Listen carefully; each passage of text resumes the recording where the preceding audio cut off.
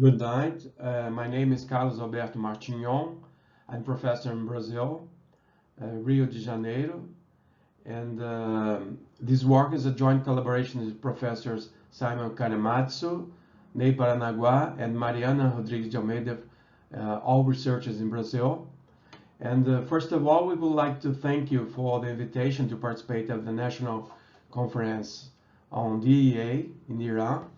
And in this work, we present an already published paper in Omega this year.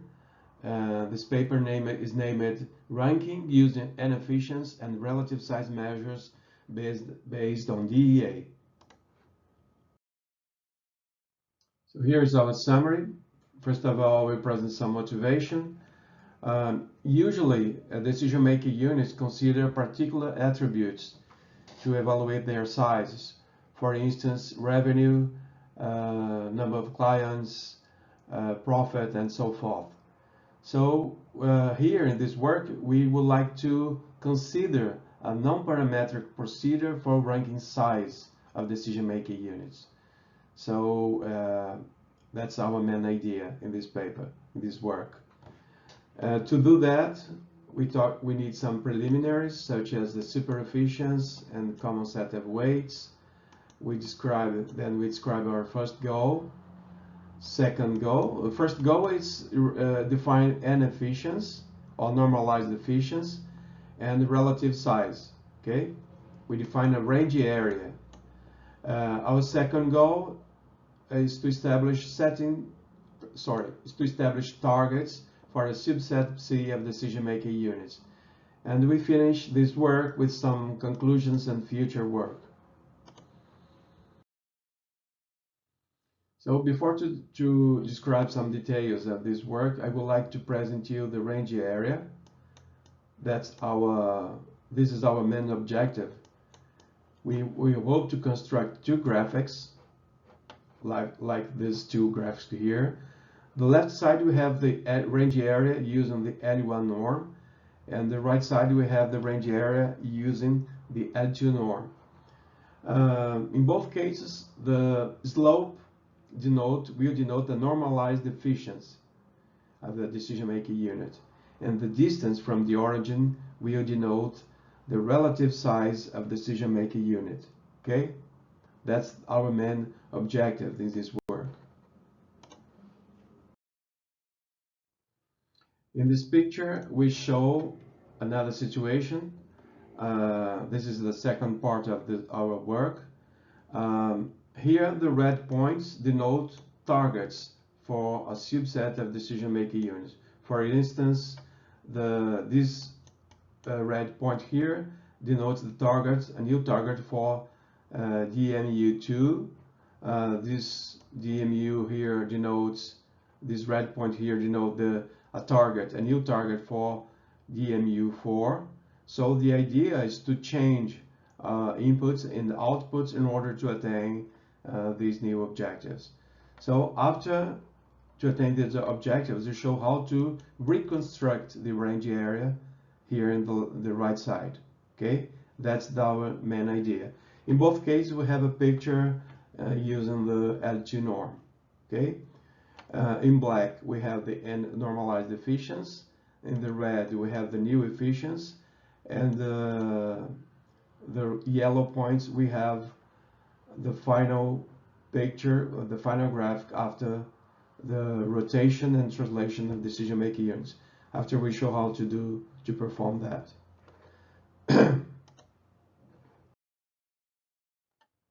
So before to describe the details, we need some tools. Here we have the primal DEA, CCR, the classical input-oriented model. Here we have the inputs and outputs. M denotes the number of inputs, S denotes the number of outputs, N denotes the number of decision-making units, and here we have the weights of inputs and outputs respectively. We also need the Cow and Hungus model to deal with common set of weights. Okay, so if you consider the DEA as a target, DEA efficiency as a target, so the idea is to minimize the distance between this ideal efficiency with the common set of weight efficiency here. Okay, here we have a constraint denoting that the virtual outputs are limited above by virtual inputs. Okay. So to introduce our relative size definition, suppose we have a point A here with coordinates aj2 prime, bj2 prime, and we would like to use point A to denote efficiency and size of DMUJ. Okay, so the idea is to use the slope to denote the efficiency and the distance to denote the size. So we should have these formulas. Here is the slope. We have the virtual outputs over the virtual inputs, and here we have the distance from point A to the origin using the LQ norm. So what is the first hurdle to introduce a relative size definition? Suppose we have a DMU A, and here we have its input set and output set here, I and O. Okay, so in real applications, it's not natural. Always consider the subset M to define relative size. Suppose, for instance, we have a company and they have a number of complaints as part of their outputs. Okay, and it's natural to consider the number of complaints as an undesirable output, sorry, but not natural to consider the number of complaints as part of the relative size definition. So in some cases we are interested as in the subset M prime of decision of inputs and outputs. Okay, so we should consider only the involved inputs and outputs in the relative size concept. Okay, so that's our first hurdle to consider this this question. Okay, here we have the slope of DMUA, and here we have the distance from the origin. So if we consider a subset M prime, we should have another point B. Here we have another point B. Here we have its associated virtual input, and here we have its associated virtual output.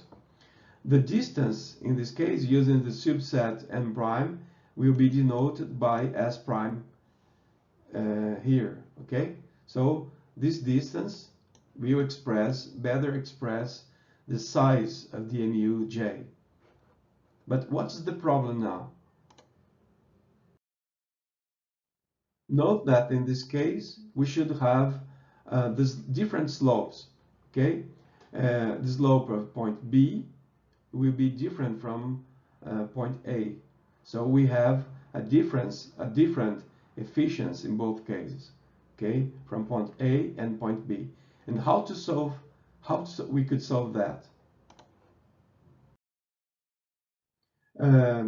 If we perform a rotation, suppose we perform a rotation with the same distance, for instance, suppose we have a L2 norm here, and we move from point B to point C. Okay, so this point C will have the same efficiency as point A and will be the same distance as point B. Okay, so we could use point C to express both efficiency and size of the DMUJ. Okay, and now we have the new efficiency, and we have the new distance at DMUJ. Okay. How to compute the point C? Actually, we hope to find, we have the point A here, and we would like to find a point C such that we have the same distance as point B and the same slope as point A. Okay, so to compute that, we use this formula. We compute a constant kj, and we substitute this constant here, and we perform a translation of point A to point C. Okay, so now we have a point C with the same efficiency as point A and the same size of point B. Okay. So after solving the first hurdle, we turn back to the Callahan model, and we like to use common set of weights to express efficiency and size, okay, of decision-making unit. Here we have virtual outputs limited above by virtual inputs, and as discussed in the Callahan paper, here we have Pareto optimal solutions for p greater than 1, uniqueness for p greater or equal than 2. Okay, so our best choice is to consider p equal to 2, but depending on the situation, you can also consider different norms. Okay, so but when you try to use the Callahan's model to define relative size, we have another hurdle here. The question is how to deal with data with small inputs and big or very big outputs. Okay. For instance, suppose a company, a very lucrative startup company. You can have a small number of employees and a very lucrative company. So how to deal with this kind of situation? Because we in the Callahan model, we also have the virtual outputs limited above by virtual inputs here. Okay, so if we have small inputs, we could have small virtual inputs. In this case, we should have small virtual outputs, and we are not expressing very well the size of that company. Okay, so consider this picture. We have input of DMUJ and output of DMUJ. In addition, suppose that the inputs are very small compared to the outputs. Suppose we have very big outputs here. In this case, recall that the virtual outputs are limited above by virtual inputs. Okay, AJ. So if we have a small inputs, we can have small virtual inputs. Okay, in this case we should have small virtual outputs, and the point A should be close to the origin 0, 0 here. Okay, this point would be close, and this DMUJ should not be big, very big DMU. Okay, so how to solve that? We need to change a little bit the Callahan model in order to consider this problem. So the question is the MUJ really small? Okay, that's our main question here. Later we show you another example to show that this may really happens. Okay. So to solve this second hurdle, we first consider the super-efficiency model as Anderson and Peterson. Okay, here we can also consider different models. Okay, but I'm trying to use the oldest super-efficient model because it's easy to explain. But just to define targets for our decision-making units. Okay, so we will obtain efficiency, we denote them by big EK. So after obtaining these targets, using the Anderson-Peterson model, we solve the Cowan-Hughes model to find new solutions, new efficiency using common set of weights. So in this case, we call these new efficiency as L2 efficiency. Okay, L2 efficiency. Okay, so the idea is to minimize the distance between these new targets using super efficiency and these L2 efficiency. So, and here we use a different constraint. The virtual outputs are limited above by virtual outputs multiplied by its corresponding super efficiency. Okay. So we have a sum of a quadratic ratio model with super efficiency. And we show that in the paper, we show that this model is defined over an extended technology set containing the original technology set T. Okay.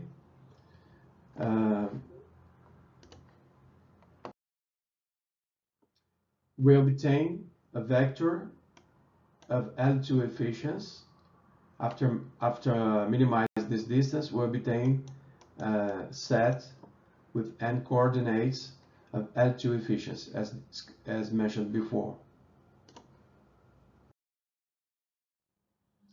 So note that we can have efficiency, L2 efficiency greater than 1.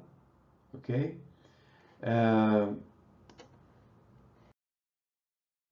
In this case, we can perform rotation and translation of decision-making units. Okay. We show how to modify the common set of weights in order to obtain a new point after rotation and all translation movements. Okay. So the idea is to reallocate all decision-making units inside the range area, as discussed before. The range area subset of a technology set T. Okay. So in the rotation and translation of the DMUs, suppose we have a point A here, and the parameters QE and QS. Okay. So given A with efficiency, for instance, L2 efficiency, and the distance dj, okay, that's the distance from the origin here. We would like to find a new point E, J, dj with new coordinates. Okay, here we would like to find a new point performing rotation and translation. Okay. That's the idea, and this is possible when we consider a common set of weights. So, to solve our first hurdle, when you consider super efficiency, you reduce the dependence between the relation between virtual inputs and virtual outputs. Okay, so after performing the rotation, here we can perform a rotation, and we move all points inside a technology set T. Okay, We show that initially, if you consider the Calvin-Hunt model with superefficiency, we have an extended technology set containing the original technology set T. After performing the rotation, all points are moved inside the technology set T. Okay?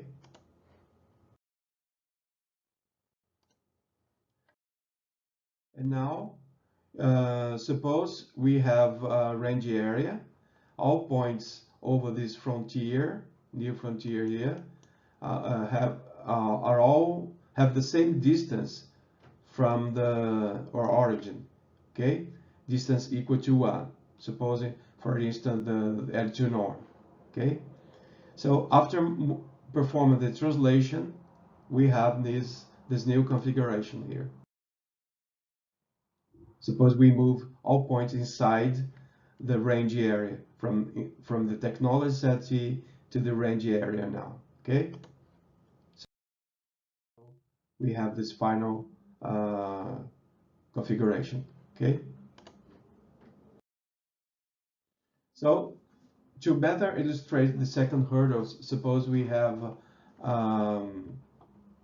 3 decision-making units. We have the relative size using the Calvin-Hunt model, and here we have the relative size using the superefficiency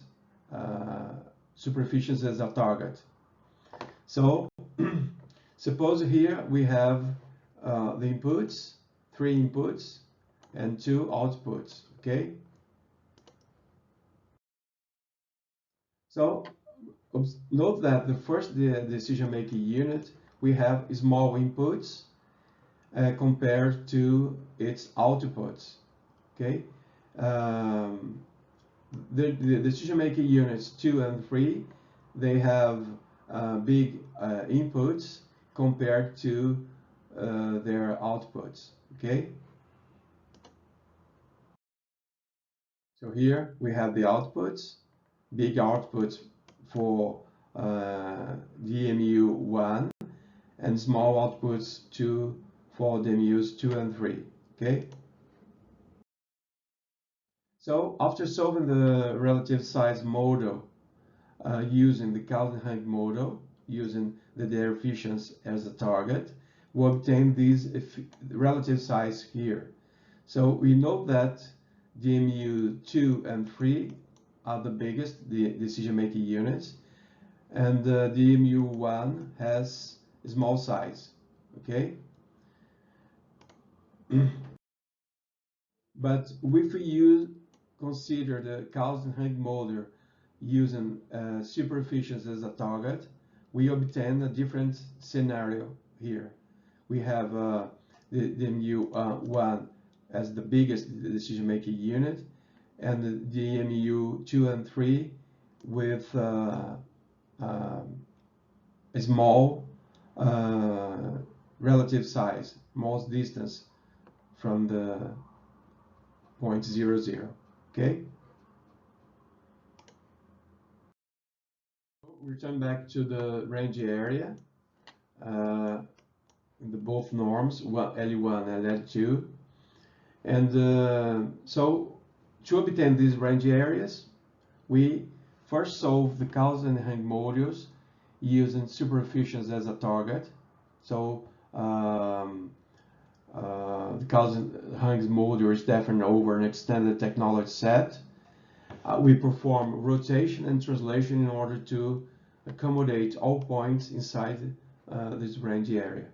Okay, so in green we have the maximum relative size frontier, and in blue we have the efficiency frontier with normalized efficiency. So here we consider a second objective. We hope to find targets for the subset C of decision-making units. Okay, suppose we have a manager, and we have a vector theta of targets. Okay, these targets must be slow smaller than the maximum target, and we hope to find new L2 efficiencies in the direction of these new targets. Okay, so the idea in this case is to change the inputs and the outputs in order to achieve these new targets. That's the idea. So changing the inputs and the outputs, we want to move from this point to the direction of this point here. Okay, so we are considering a subset C of decision-making units.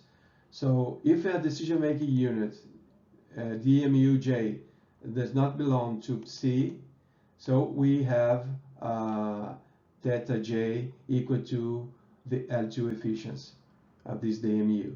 Okay, we will not change here. But if we have a target greater than EJ, so we can move DMUJ toward this new objective. Okay, that's the idea. So when we define targets here, we perform a rotation and move all decision-making units and the maximum superficients, and we make a rotation movement and to obtain normalized goals. Okay, so the manager defines these goals here, and here we have normalized goals. Okay, this will be the new expression of these normalized goals. Okay, so just to give you an idea, suppose we want to minimize the distance between the normalized weights, the normalized targets, sorry, between the normalized targets and the new efficiency. But to obtain the new efficiency, we must change the inputs and the outputs. Okay, we perform modifications here. So you need to find the value of these two variables here. Okay, so this constraint is a very important constraint. Here we define a new objective. For instance, we define targets for the efficiency, okay? But we not also define targets for the relative size. For instance, suppose you have a company and they want to improve their size by 5%, okay? So we have a lower bound here and an upper bound here, the maximum size, between, for instance, between 5 and 10%. And here in the middle, we have the new relative size of decision maker unit, okay? That's the idea. So we want to find these new weights, phi and delta here, in order to obtain a new efficiency and such that the relative size constraints are satisfied. Here, for instance, suppose here is before normalization, this situation.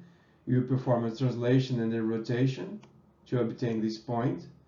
And here, after normalizing, suppose you want a new solution, you are here, and you want to reduce the size of DMUJ, for instance. So if you consider the subset M prime, we discussed in the beginning, we can move from here to here, and after a rotation we move from here to here. But we are inside these both two green cycles here, okay? Because we are trying to satisfy the relative size constraints. And suppose this situation, you have 3 targets in red, okay? Where you must move DMU2 toward its corresponding target, DMU3 and DMU4, okay? It's important to note that some targets are outside the range area. so you can move outside the range area. So here, after performing the movement, we perform again a rotation and translation in order to put all points inside again the range area. Okay, so we have this initial situation. After concluding the movement, we have this new situation, all points inside the range area. But to arrive here, we change the inputs and outputs. Okay. To give you a practical application, suppose we have airline companies from Asia, America, and Europe, and we would like to define some targets for European companies. Okay, so I will not give the details, but suppose the European companies vary from 9 to 16.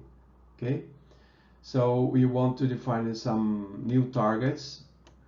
These targets are efficiency targets and relative size targets. Okay. So in this example, suppose here 13 company 13, after the movement, to achieve this movement, now company 13 is closer to the blue line, for instance. Observe also, we must observe that in this case we are not using inputs to define to analyze the relative size in this example. Okay, here to define efficiency we consider the set I and O. Okay, but to define relative size we only consider the set O of outputs. Okay, in this example.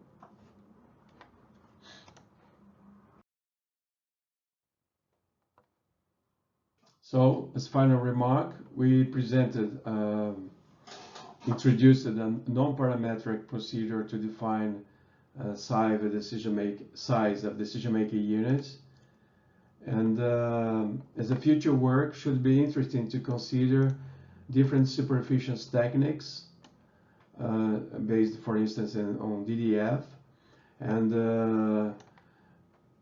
use different common set of weight approaches. Here, for instance, in this work, we consider the Transn, which is non-convex model. So, in order to solve it, you need to find global optimization software. Okay, so it should be interesting to find to use a linear or at least a convex nonlinear programming model instead of the Transn.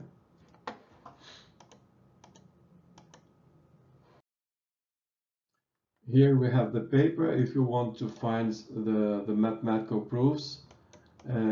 Here in this presentation, the idea was not to consider the mathematical aspects.